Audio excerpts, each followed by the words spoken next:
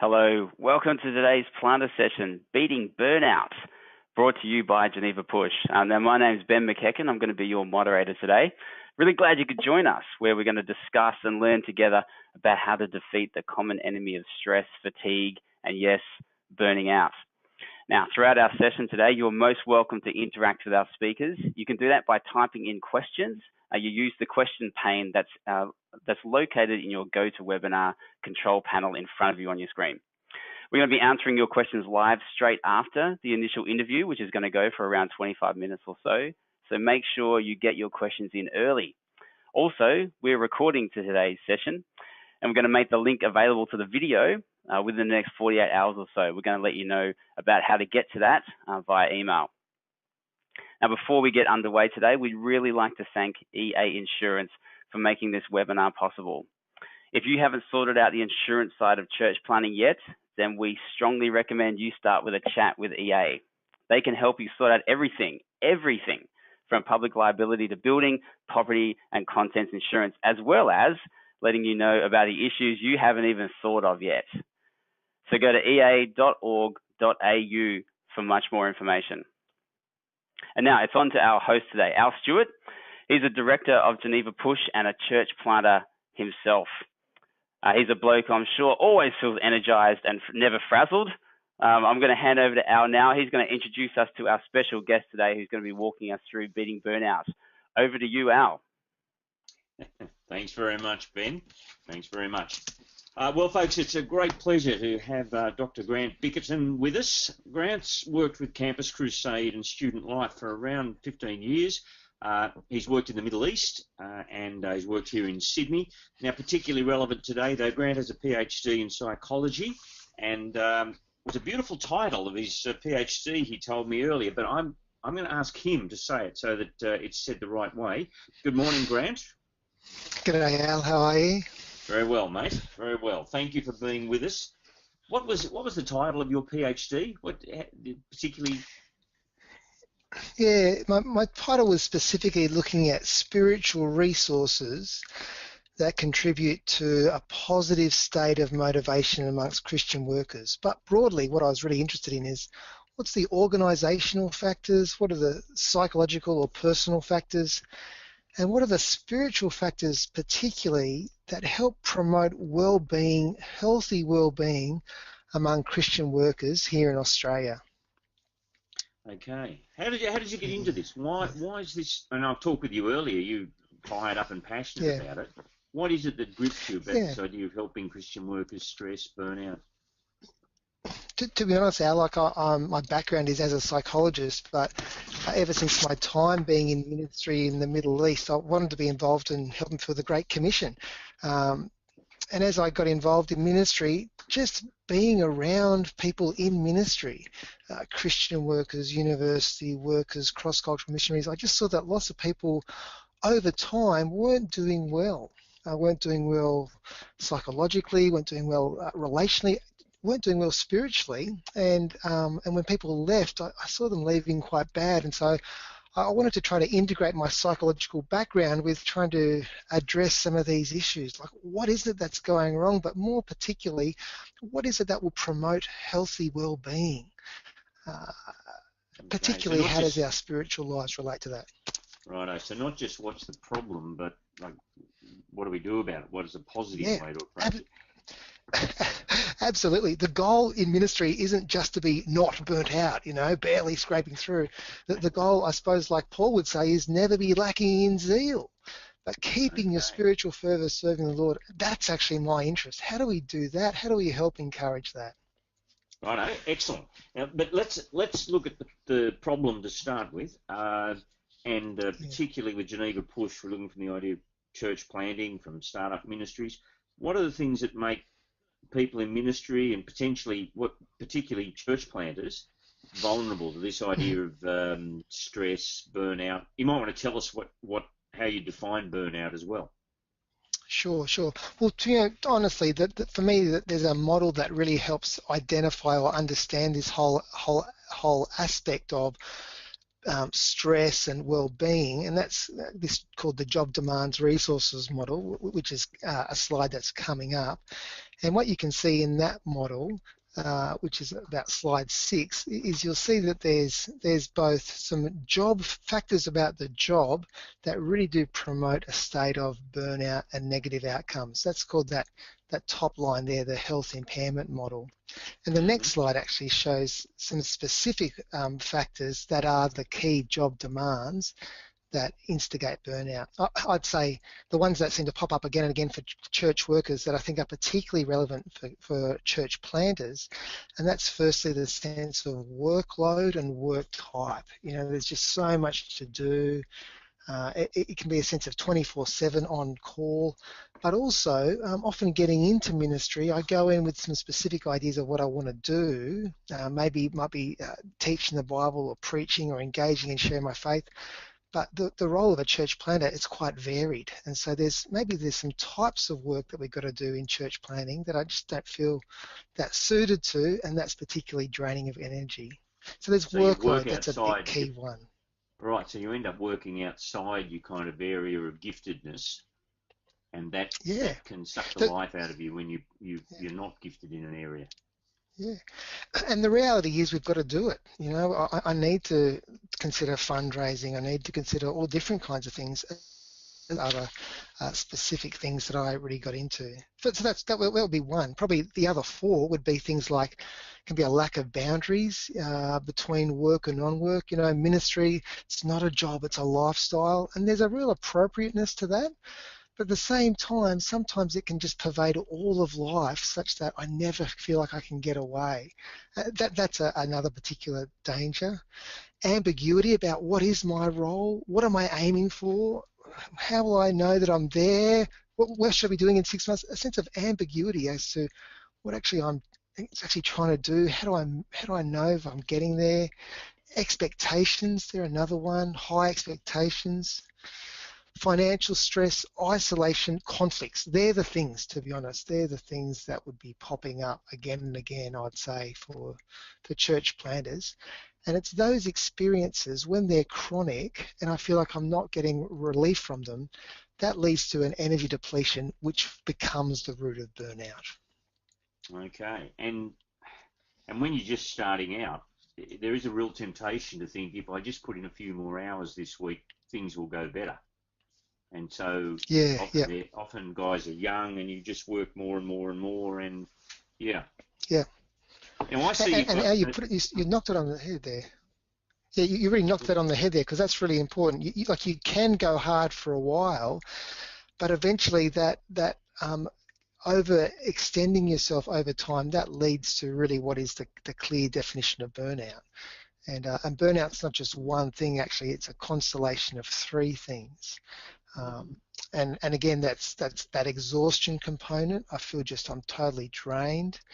But that exhaustion can also lead to us becoming quite cynical or detached from the work, and that's almost a way to cope with my exhaustion. I kind of distance itself a bit from me by being maybe a little bit cynical or whatever. And then also a sense of low personal accomplishment. I just don't feel like I'm accomplishing what I'm here to do. Those 3 things is what is the technical definition of burnout. And those 3 things, exhaustion, detachment or cynicism, and a sense of I'm not really doing a good job or I'm not really accomplishing much, they actually travel together, and they actually even they increase one another, they reciprocate one another, which can lead you to go down and down and down. So you feel like you're not achieving much, so let's work even harder, and then you feel more and more exhausted, and then... So is cynicism kind of a way of protecting yourself? If you don't say, oh, well, I'm not expecting much, therefore I won't be disappointed, can that happen? Definitely, that's cynicism is really seen as a somewhat negative way of coping with the exhaustion. I just can't invest myself as much anymore, so I try to distance myself, and maybe I do that by being a little bit more cynical about it. You know, that's the mission statement. We've always got to have a mission statement, but you know, or even I kind of detach myself. I might even start treating my people more as objects, or just I don't want to buy into it emotionally as much. Just a way to protect yourself. Yeah, because if you committed totally emotionally and it's not working, it's painful. Yeah, okay. Yeah, So that's what? right. So I know you've got so much on this. We want to take questions, but so let me move on. So what are the factors? Exhaustion, cynicism, low personal accomplishment. What are the factors that can help keep people passionate, motivated in Christian ministry? That's a great comment, Al, because often burnout interventions are notoriously ineffective because they just look at that top line, where the key actually is the bottom line, the motivational process.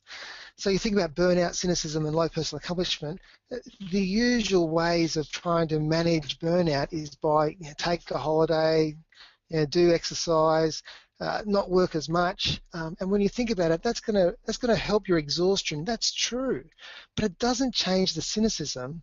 In fact, it makes you feel like you're even accomplishing less. The key to burnout is that bottom line, or the motivational process. What are the factors that promote a sense of engagement, that vigor, energy, dedication, absorption? What are the things that promote that? And my research really indicates that for Christian workers, there's two types of key things.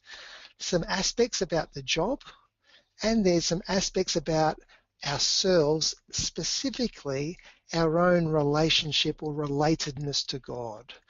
Those two factors, some work factors that can help, some job resources is the phrase, that can help you with your work role, and your spiritual life are really key. What are those key job factors? Well, they'd be simple things like having a sense of autonomy or decision latitude. I have some, I feel like I'm not trapped into going about things in the one way. Often church planters, they have actually so much autonomy, it can be almost like vitamin D, a little bit of it's really good for you, too much of it, it's going to kill you. But in some ways, autonomy, having the right amount of autonomy, that's really helpful. A second job resource that's up there really can be categorized as getting some type of mentoring or supportive feedback or supervisory support. I think that's where Geneva can really be helpful. Like a coach in a church planting network. Absolutely. So the coaches, the coaches that are provided are an absolute key. Why? Because they can give you perspective. They give you a sense of performance feedback or what I can do better. It gives me new ideas. It doesn't isolate me as much. I feel less isolated. Very, very important things, key job resources. And thirdly, just having opportunities to keep growing and developing, keep learning. So those job resources, there's some simple factors that can help a sense of motivation or engagement. But for me, it's the spiritual resources. Can I go back? You didn't say much about peer support. That's really useful. I mean, even if you're just a bunch of young guys who are making it up as you go, I notice a lot of our young guys are keen to get together and just even admit together they're making it up as they go. Is that useful? Yeah, absolutely. In fact, I skipped over that because supervisory or your coaches, they do different things kind of psychologically, to be honest. Like coaches, they provide upskilling and resources often. They provide a supervisory role, but you might think, well, but they don't really know what's going on. Peers, however, when peers give you feedback, peers tend to really know what it's like in some ways. And so peer support is very useful. Although it needs to be said, sometimes, in Christian work, it can be hard to find honest peer support because we can feel like I don't want to be seen as, ineffective or not as good, or there can be, that can creep in. Or even where I'm having struggles and doubts, I don't want to let it on because what if someone thinks I'm not a good Christian, or, I'm struggling over this kind of doctrine, or why isn't God? Those kinds of things can subtly be barriers between peers in Christian work, even though obviously they shouldn't. We compete with each other, don't we? Which is hopeless. Yeah. Okay. Yep. So the spiritual. Now you're talking job resources. Yeah. Spiritual resources. Yeah, absolutely key. So this is something that I was interested in, really, to see what role does our personal spiritual life play. And so I measured three particular things, and without really going into them, one of them is this sense of a secure relatedness to God. And you know, particularly as Protestants, we talk about having this idea of a relationship with God, and I don't mean that kind of, you know, like Jesus is my best friend, but I do mean this sense of God is a person, and he relates to us as in personhood. And what can happen actually, like with other relationships that we can have with spouses or with other family members, there can be some unhelpful dynamics that fall into our relationship that can colour even how we relate to God. And so there's this model called an attachment theory. And so we basically looked at trying to see how do people experience God or view God as other, and how do they view themselves in related to God. That would take us way off track, but I just want to say that has really significant influences. There can be almost like glasses we wear, like tinted glasses we wear, that colour how we experience God. He's revealed himself in his word, but actually my felt experience of God sometimes can be a little bit different to what I read. And there's a whole issue there about our relatedness or our experience of growing in knowing God as he's revealed himself in the scriptures, not just in how I might naturally tend to experience him. Like if I wear sunglasses, I go out on the beach, I still experience the reality of the beach. I'm not trying to say the beach doesn't exist, but I'm saying that these glasses colour how I experience the reality. And same can happen actually in our relationship with God. So that's one type of a spiritual resource. It's really about connecting with God as he really is. The second thing is about how do I involve God in managing stress that I'm experiencing. There's a number of different ways actually Christians tend to involve God in their stress or coping with stress. And the key one is this sense of, it's called collaborative religious coping. And what I mean by that is simply where we as individuals, we are active agents in the world. God has made us to be active stewards in his world, active agents in his world. Yet at the same time, it's to be in concert with and reflecting him. So there's this collaboration with God in managing our stress, as opposed to I'm kind of deferring it away, or I'm just doing it myself, sucking it up and, you know, getting into it myself. That sense of collaborating with God is really significant for managing the stresses we face in our ministry. So the relationship with God, sorry. I was just going to say, interesting, isn't it, that you might actually have to tell those of us in ministry that maybe we should pray about things and look to God to make it happen. Yeah. Yeah, right. Yeah. Yep. Okay, sorry, I interrupted you. So the collaborative one, yep. And that's true, but you know, I forget. I get busy.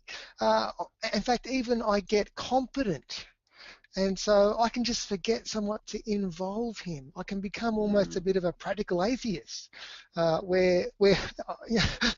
it's that sense of, and different people describe that in different ways, like walking in the Spirit. You know, that in some ways, that Galatians 5 kind of stuff, it involves a sense of drawing upon, allowing God to work in and through me, but there's an active component there about not getting out of step and keeping in step.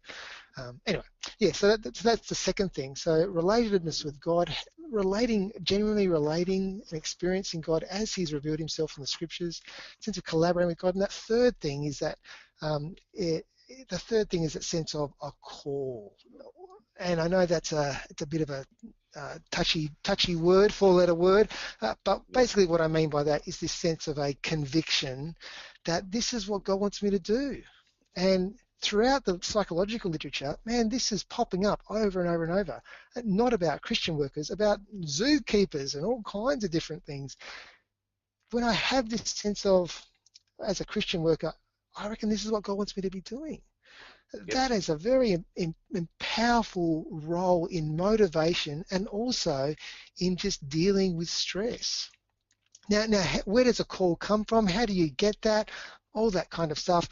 Without going into some of that kind of issue, but my research says when you're connecting with God, when you're meeting with God, when you have that sense of security, of attachment with God, and I'm continuing to meet with him in various ways in the body of Christ, wider as well as individually, there is this sense, there is a greater sense of, I reckon this is what God's going to be doing at the moment. Yes.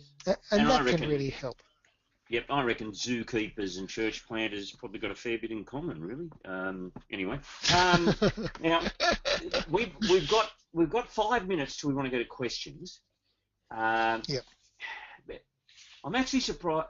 Oh no, I'm going to shut up. Now you've got down here, we talked earlier, you said you had 5 practical kind of ideas. Yep. That church planters could kind of be disciplined about to keep on the positive side of this. So do you want to walk us through those 5, and then we can take questions from people listening? Yeah. Yeah. And sure, Al, yeah, and they really relate to both of those processes that I spoke about earlier. Mm-hmm. The first 2 really relate to the top line.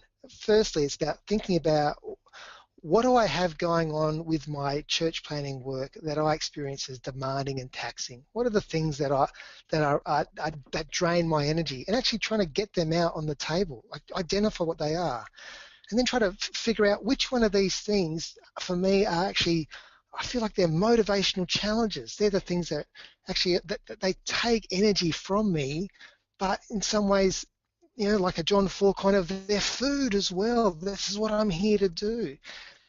As well as trying to figure out which of these things that I've got to do, I experience them more as hindrances, actually. I got into doing this to do this, but this aspect of what I've got to be doing, it's almost like it's a hindrance or a threat to what I'm doing. So just trying to get a sense of what. Go on, sorry. Try and get a sense of.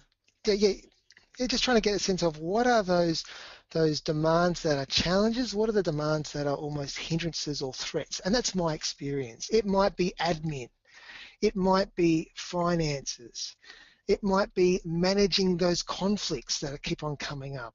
I'm not sure what they'd be, but just trying to get a sense of what are the challenges, what are the hindrances, and then trying to manage those kinds of hindrances by getting some help with them, talking to your coach, getting some resources. This seems to be the area you work out. It's working in areas that you're not gifted in. Is that? I mean, so for example, the young church planter wants to preach like John Piper, but then you've got to organise a house party and you're a lousy administrator, and so that's right. How do you? When you say manage that, is that look for other people to pass things to? How do you manage that that's you're part not of gifted in areas? So firstly, just identifying it, and then trying to get some resources that can help you do that. Now, to be honest, we can't resource away all of our hindrance demands, unfortunately. But the mere fact that you're identifying those things can just help you plan. Hindrances demands are always going to take more of my energy. And so if I'm going to manage how my energy is going, I've got to make sure I'm taking appropriate recuperation to match the appropriate energy depletion that I'm going to be experiencing. I don't know if that can make sense. So I need to firstly be aware of what are my demands, what are the ones that actually, they light me up, this is my food, and what are the ones that, to be honest, oh man, they just suck the life out of me. And then we need to manage ourselves. And what I mean by that is taking recovery time, reducing, kind of knowing what are the peak times of my week I need to work hard, and what are the peak times of my week actually where it's a little bit blank, and I need to take time out and recuperate. So managing the energy flow, managing the seasons actually of my day, my week, my year even, to ensure that you aren't becoming energy depleted so much. That's a first key. So have the right demands, manage yourself, and then actually find some resources to help. Make sure you do have those basic resources that we spoke about earlier. Have a coach. Find some peers that you can be honest with and who love you regardless. Have some development that is going to be giving you a sense of energy and hopefulness, those kinds of things.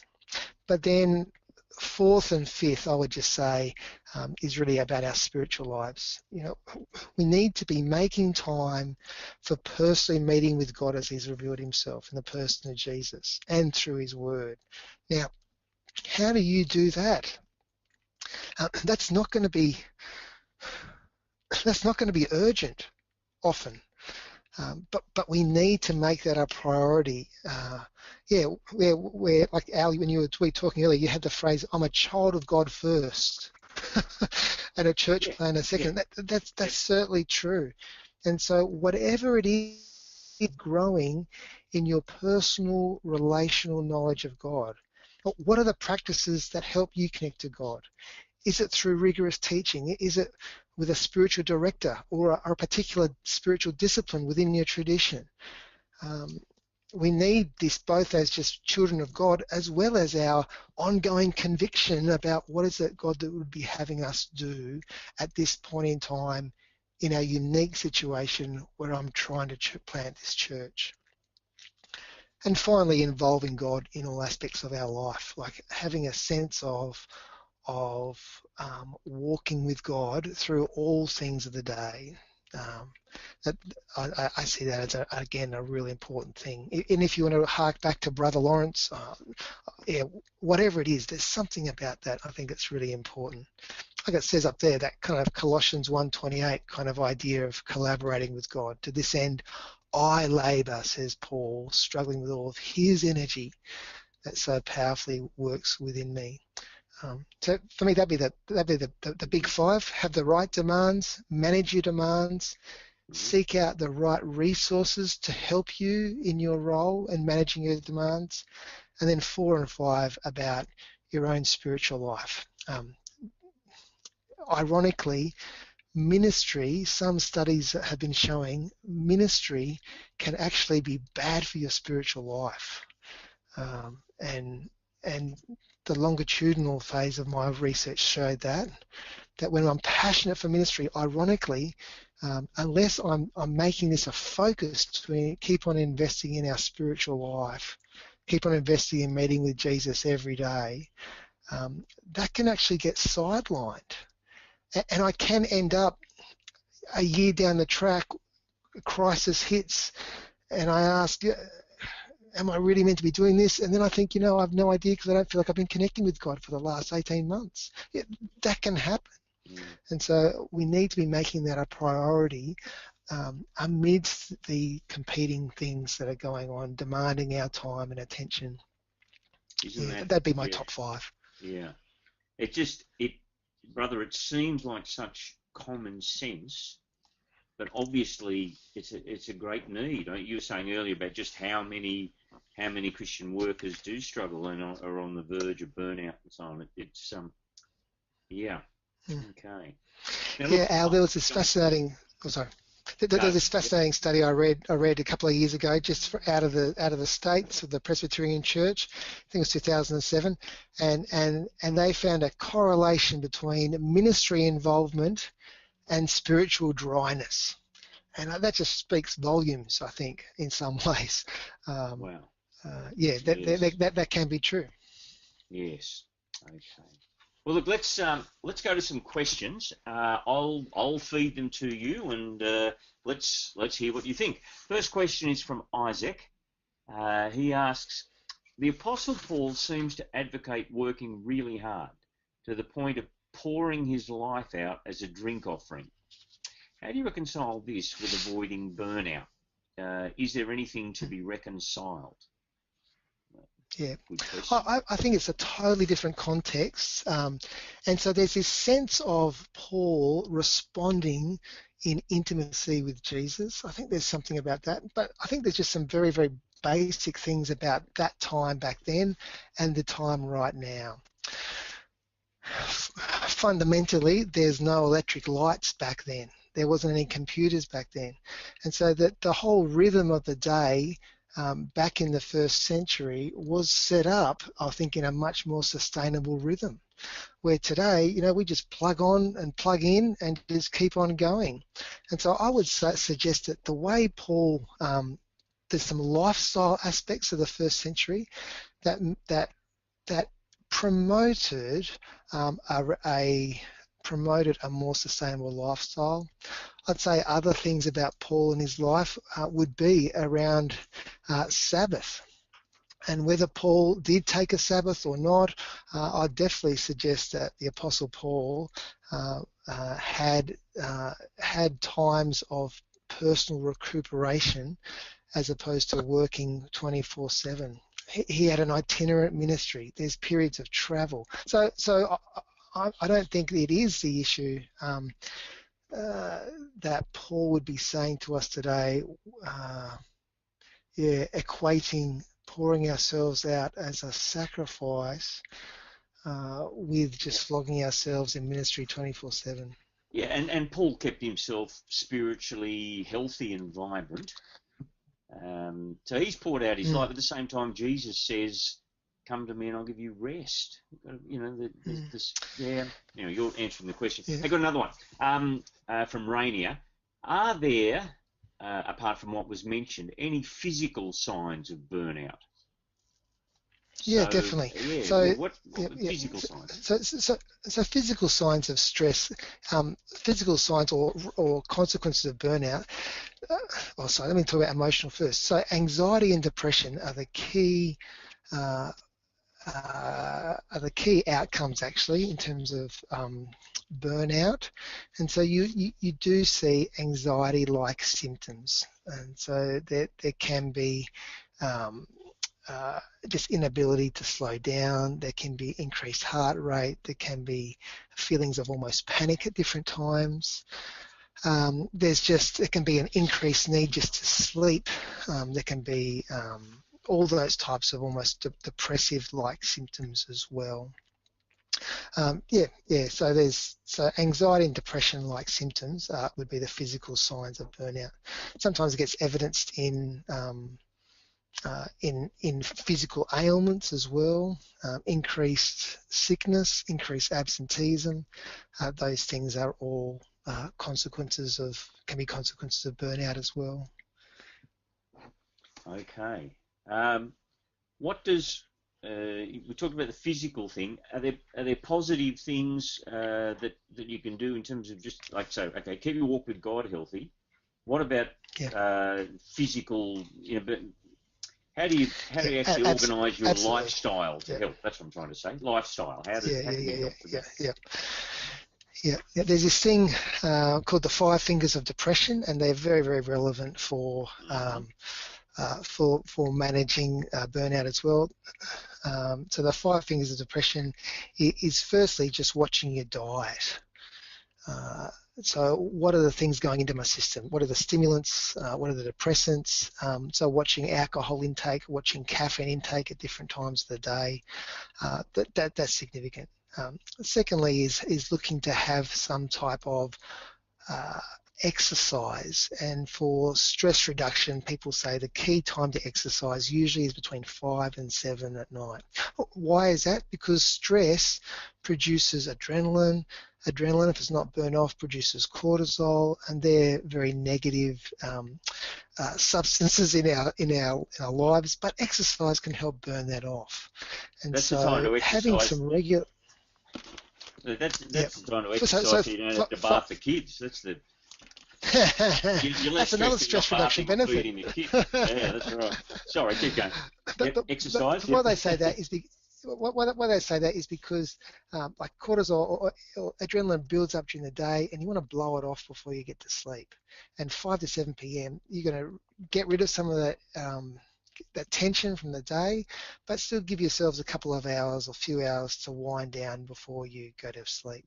So watching what you're eating, having a regular exercise routine, having some periods of relaxation or meditation or prayerful meditation throughout the day. So stress is always cumulative, and so it just builds and builds and builds through the day. And if you're living your life where stress is building through the day, but then maybe I have a regular routine of in the middle of the day or at the end of the day, I take some time to generally spend time relaxing, and whether that's a relaxation script, whether that's a meditating through a psalm and praying that out, both at the middle of the day or the end of the day. maybe that's having a period of just thankfulness, picking the end of each day, what are 5 things I'm genuinely grateful for to God, and spending 15 minutes just in prayer, announcing them out. But periods of relaxation to help reduce that stress throughout the day, that's helpful. And then sleep. So I'm talking above 8 hours sleep. So those first 3 things, really, they're trying to help you to sleep. Eating well, exercising, physically tired, reducing stress so that you can sleep a good 8 hours.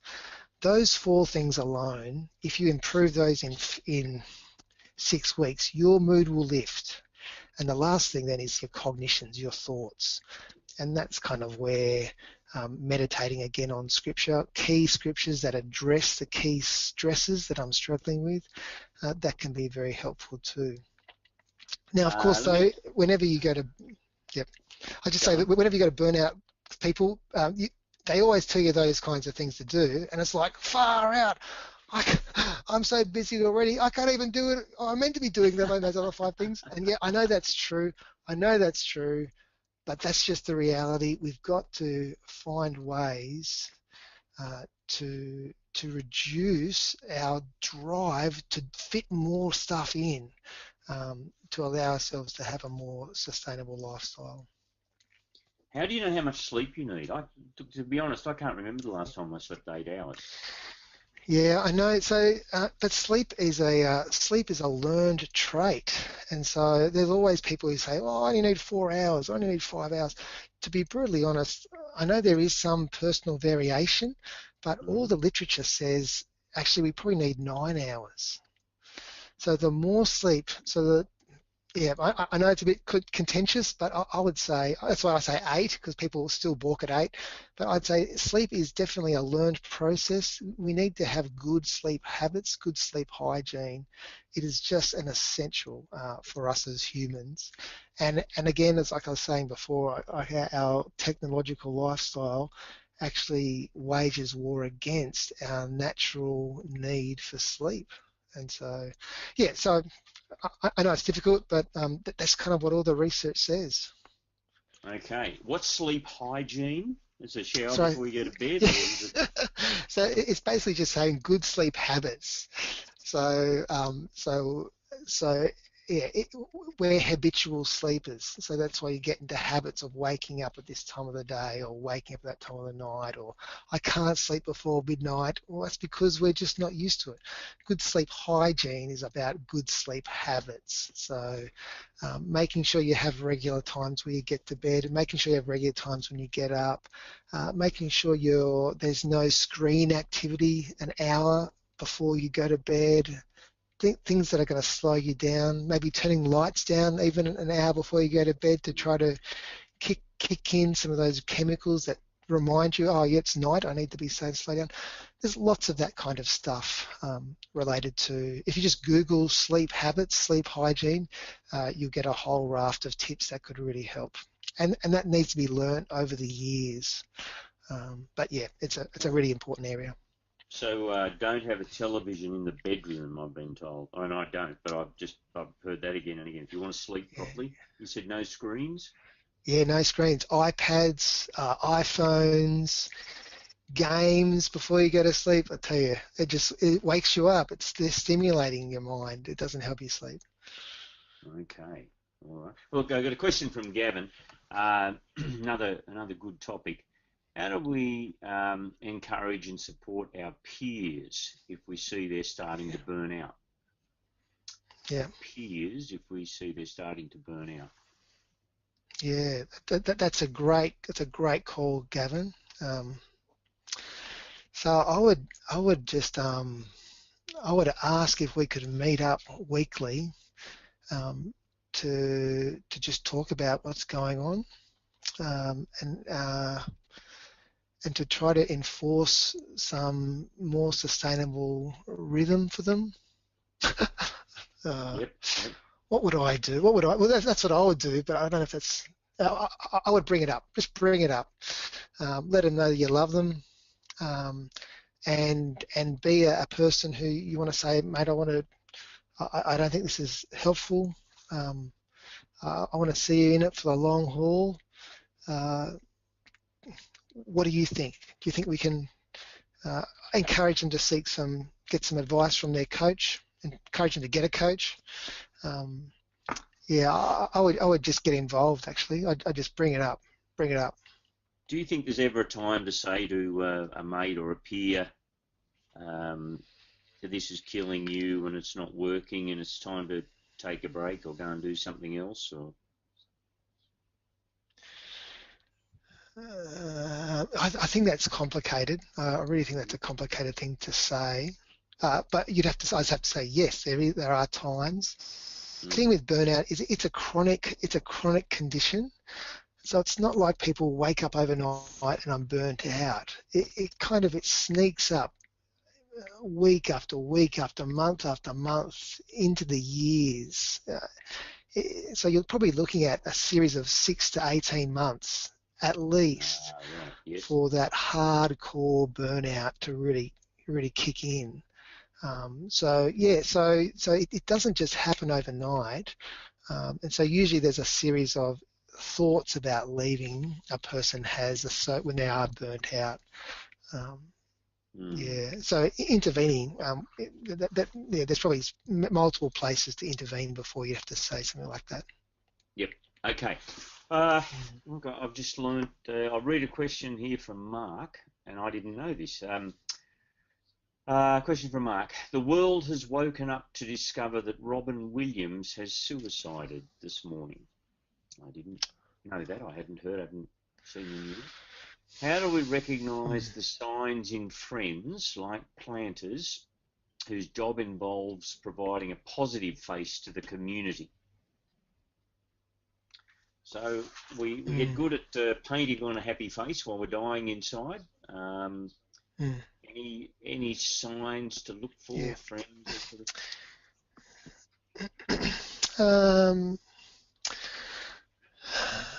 Not easy. That's right. Not an easy question.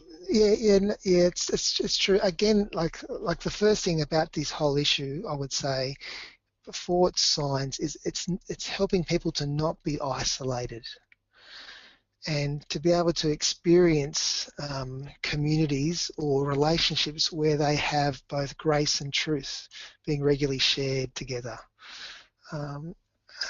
And so that is a struggle often for someone who's in ministry, where I do need to put on the face week in, week out,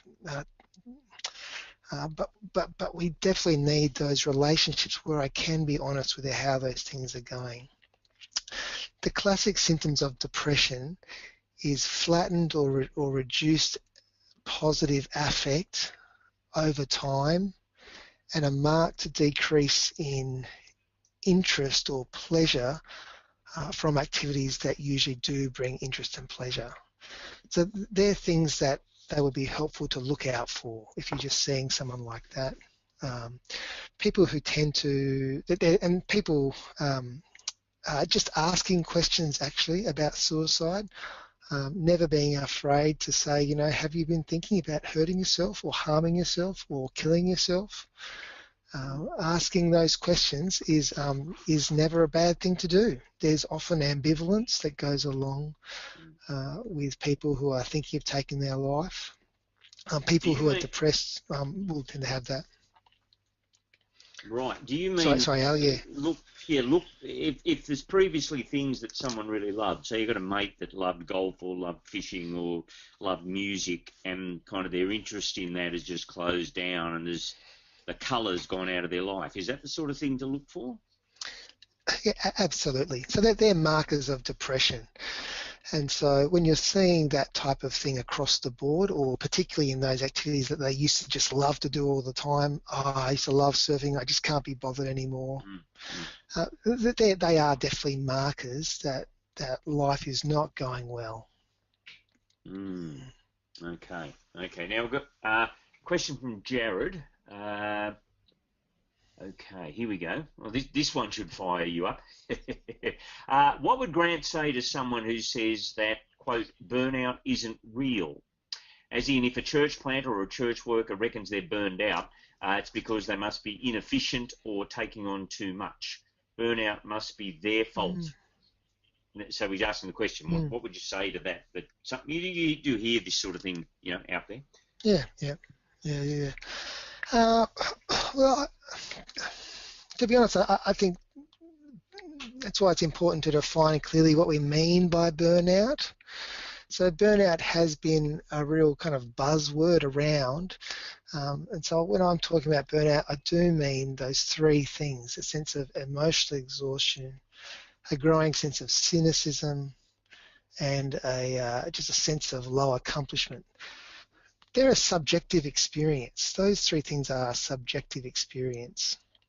Someone else making a judgment on whether that person is burnt out, or there is no such thing, you can't be burnt out, well, that's kind of someone else's opinion about what is burnout anyway. There is an issue with burnout. It is primarily an organisational issue. The fact is, with burnout, people who burn out inevitably flog themselves as well. There must be something wrong with me. Why did I let this happen? I must be weak, or I don't know what it is.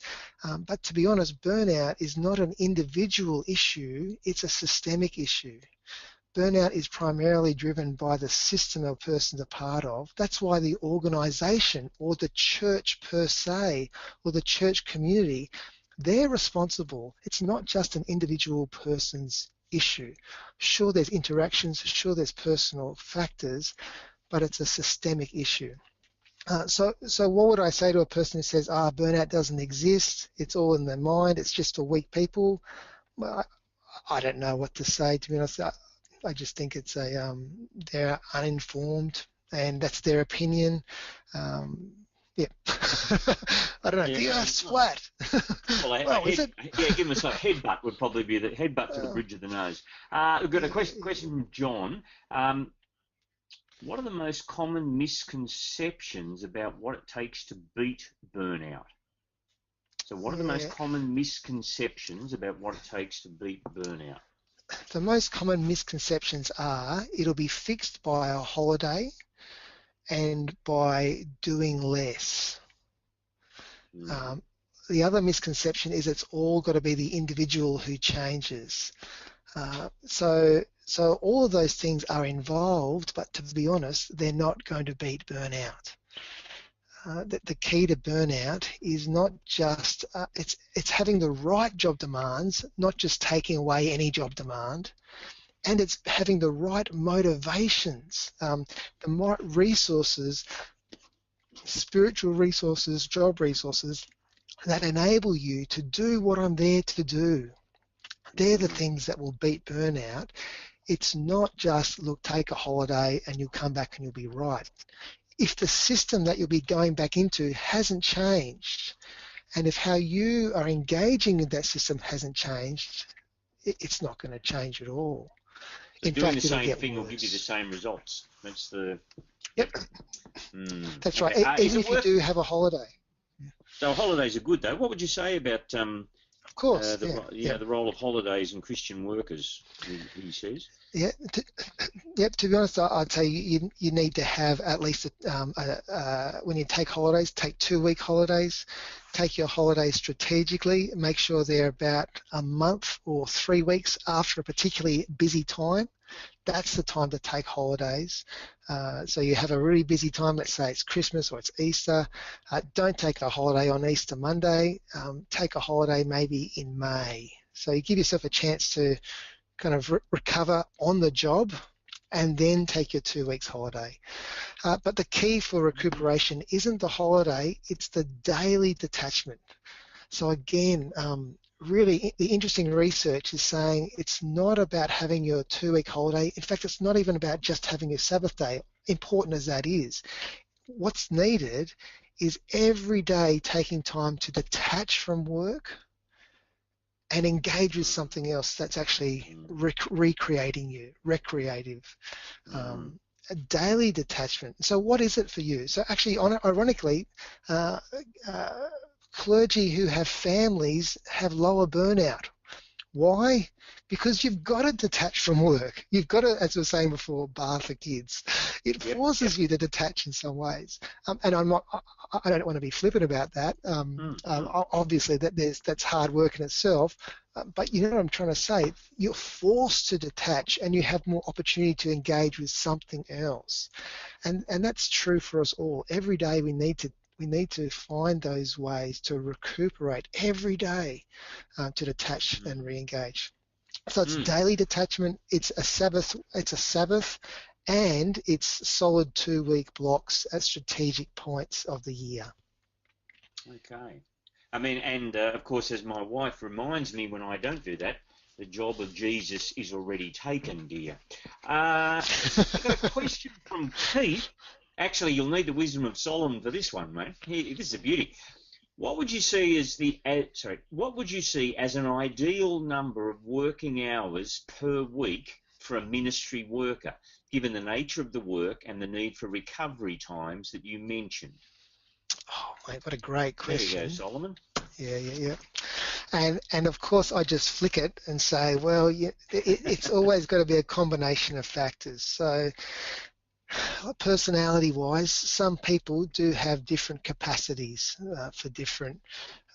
They have higher levels of energy. Others of us who might be more emotionally reactive, we're going to be more influenced by stressors that are around us. So what would I say? That's just really hard to say. That's really hard to say. Does it vary between men and women? Do you find that in terms of women's emotional engagement in ministry, does that mean that ministry can have more, how can I put it, more emotional wear and tear on a female worker than a male? Yeah, it's such a difficult question. You don't have to answer that. I know yeah, but because the issue is that there's ministry, quote unquote, is just so varied. So each of our individual ministry roles can look so different in terms of the amount of time we spend on talk preparation, the amount of time we spend in counselling, the amount of time we spend in administration, the amount of time. So all of those factors will probably affect us in different ways depending on how we're kind of shaped ourselves. It's a really difficult question to answer. I don't know if I could peg it somewhere. Okay. But I'd probably say within the 40 to 60. Okay. 40 to 60 hours is where I peg it. Okay. Yeah. Look, here's a follow-up question from Dev. It might be a little bit easier. And I'm actually looking at time. This might need to be the last question. We might have time for one more. Should pastors be working 6 days a week? Well, again, similar to the last question, I'd say it really depends upon what type of work you're doing. So I am a bit of a believer in a full 24-hour type of Sabbath. I think our creator is too, mate. I think you're on pretty safe ground there. But I don't mind what day. But again, I know there's different viewpoints about what's the best day, and I kind of probably would ascribe to them, trying to figure out like where's best to take those times. Does a pastor need to work 6 days a week? Again, I think you certainly can, but definitely some of those days are going to be lighter than others. Okay. And I think from what you were saying, it depends what you do day by day as well, doesn't it? This little bit of time to recharge each day, to disengage. That's right, and whilst the work-home interference that is very common amongst Christian workers is a stressor, at the same time, like ministry is a lifestyle. There are times when Jesus hears about the death of John the Baptist, and he gets in the boat, with the disciples to kind of get away from it. And he gets over the other side, and there are all those people, and he feeds them before he sends them away and goes and spends the time by himself. I think there are times where I don't want to be too Nazi-like or overly rigorous about this. it is a lifestyle. Ministry is a lifestyle, but there is the wisdom where we do need to set appropriate boundaries. Not necessarily impermeable, but we certainly need appropriate boundaries. The Lord had compassion on the crowds, even on his day off. That's right. Or in a time of high emotional, I would say, high emotional stress for him. Yeah. Great challenge. Look, mate, last question. Here we go.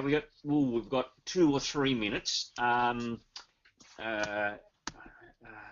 do we say, all right, 1 second.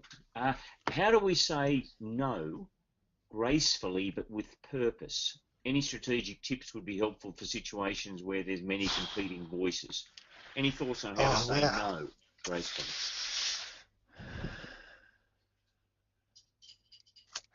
You know, I just keep thinking about, you know, that passage. I think it's in Mark 2 or Luke 4, where Jesus heals Simon Peter's mother-in-law. Then all into the night, they keep on bringing more and more people to him.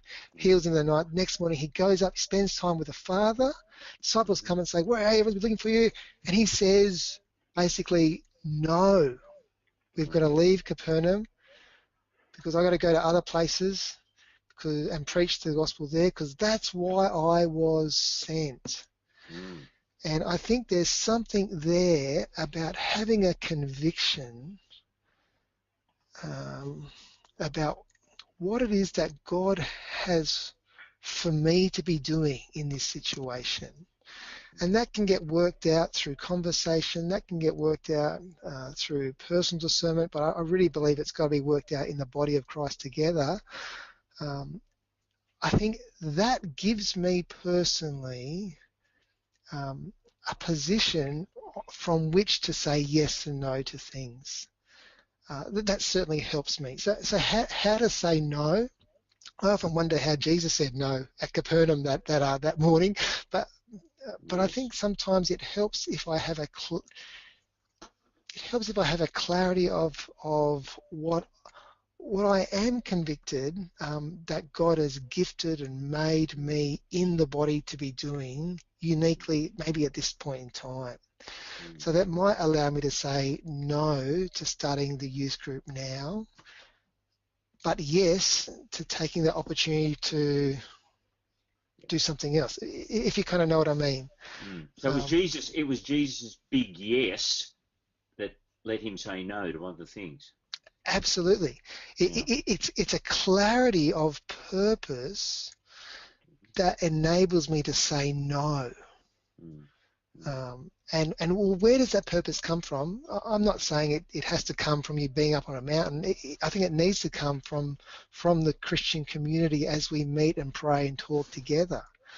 And so I think how to say no gracefully, I think it should come from a point of conviction, but I think it should also come from a point of community discussion as well. Yep. Not just, no, I'm not doing this because God hasn't called me to do that. I'm not trying to say that, but there's a little bit of, there needs to be some community conversation about that. Yep. And I mean, and it just at almost a trivial level, you can work out rules like, I won't say yes face to face, please send me an email so I can think about it. Yeah, and that great. way you can take the pressure off, or anyway, and just learn to block out parts of your diary way in advance, all that kind of stuff that I, after 30 years, have still not worked out. Ben, it's been great to have you with us, brother. This is a huge topic, and I hope that we'll hear more from you on the Geneva Network in the months to come. It's now 10:26, so I need to hand back to Ben, who's the Grant. I just called you the wrong name. That's right, mate. I'm sorry. As I'm looking down here, hand back to Ben. Thank you, Grant. That's it, I'm sacked. I'll never get this job again. Grant, thanks for being with us. Now I need to hand back to Ben. My apologies. Yeah. Thanks, Ben. Thank you so much, gentlemen. Yeah, thank you so much. That was fantastic. My goodness, I feel more relaxed and less stressed just for listening to Grant now talk about that. I hope you've benefited also from today's planter session on beating burnout.